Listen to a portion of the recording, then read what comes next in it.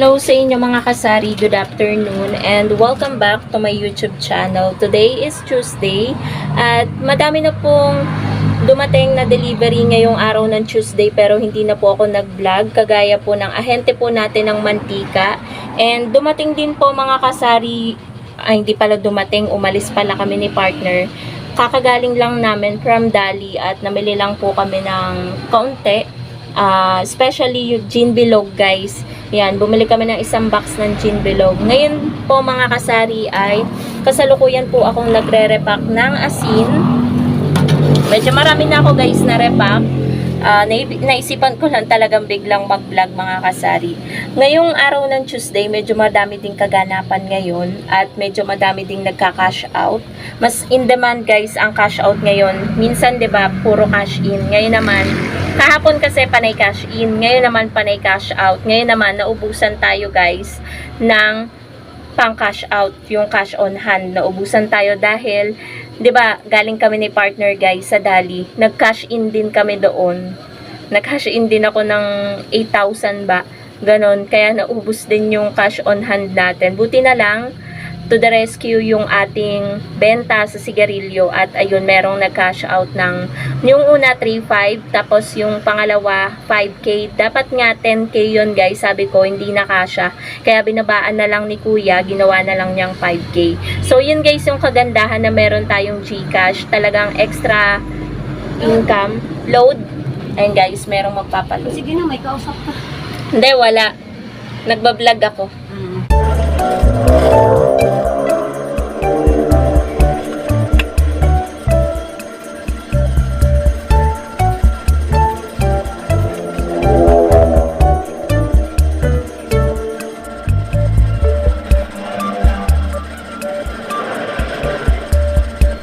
A few moments later. So, ayan po mga kasari, nakatapos na po tayong mag-repack ng asin at isa-share ko po sa inyo mga kasari kung magkano po yung aking tinubo. Bali, yung asin po natin ay 5 kilo po yung aking nirepack mga kasari at ang puhunan po nun ay 60 pesos. Bali, kada kilo 12 pesos po yung puhunan ng asin.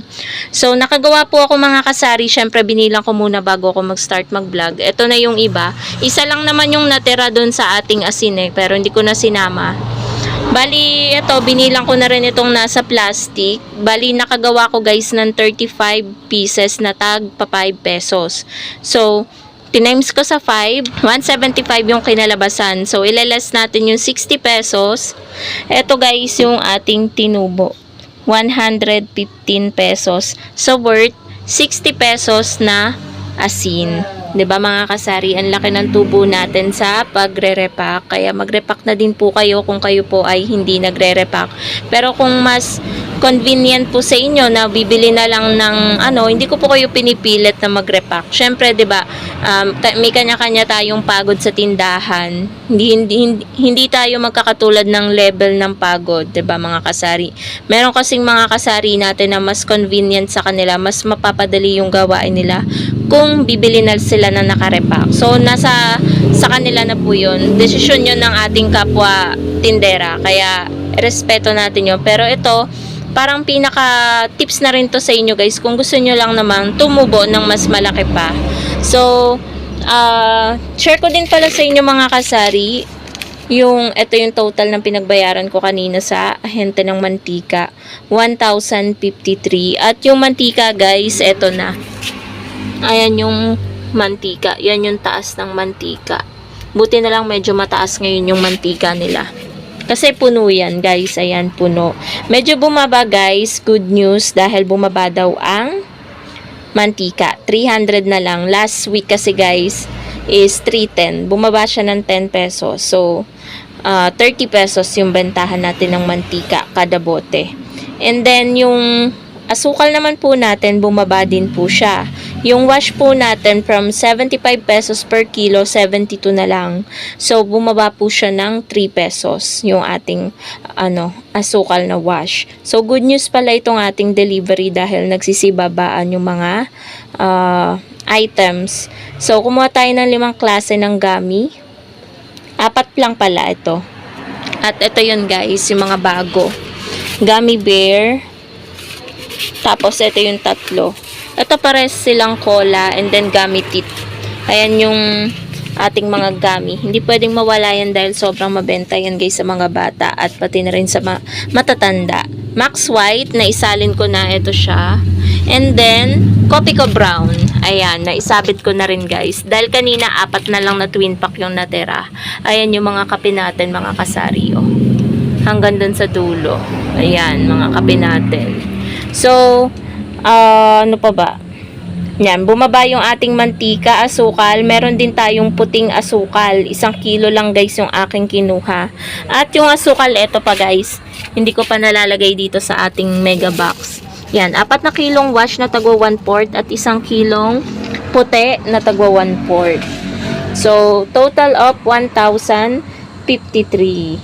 So, ano pa bang mga ibang kaganapan? Ayun guys, kahapon naglabas kami ng bote ng mga alak sa labas. Hindi na naman dumating. Ito pala yung box nung pinamili namin ni partner kanina.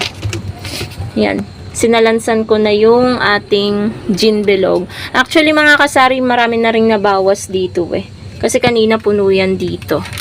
Tapos ito na lang. 'Di ba? 24 pieces. Bilangan natin. 5, 10, 15, 19, 20. Oh, naka-2 na agad tayo tapos may tira pa kanina. May mga bumibili kasi guys na dito sa may nag-outing sa may 4RC sa resort. So, thankful pa din tayo mga kasari dahil kahit sa tapat nila may tindahan yung bagong bukas, yung bagong kakompetensya natin ay nakakapuslit pa rin, nakakapunta pa rin sila dito, 'di ba mga kasari? Thankful talaga kasi ako sa kapag ganun guys na nagagawi pa rin sila dito kahit may mas malapit ng tindahan. So, dapat tayong maging thankful parate mga kasari sa ating mga customer, 'di ba? Kung wala tayong mga customer, paano na lang yung tindahan natin, 'di ba? So, yun lang naman guys ang ganap ngayong araw ng Tuesday. Ayan, pakita ko sa inyo yung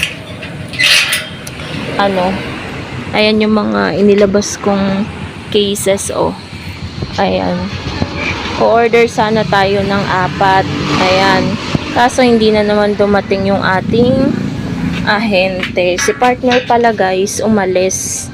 Umalis si partner. Tapos si Basha, kapapasok ko lang sa loob kasi inaantok siya.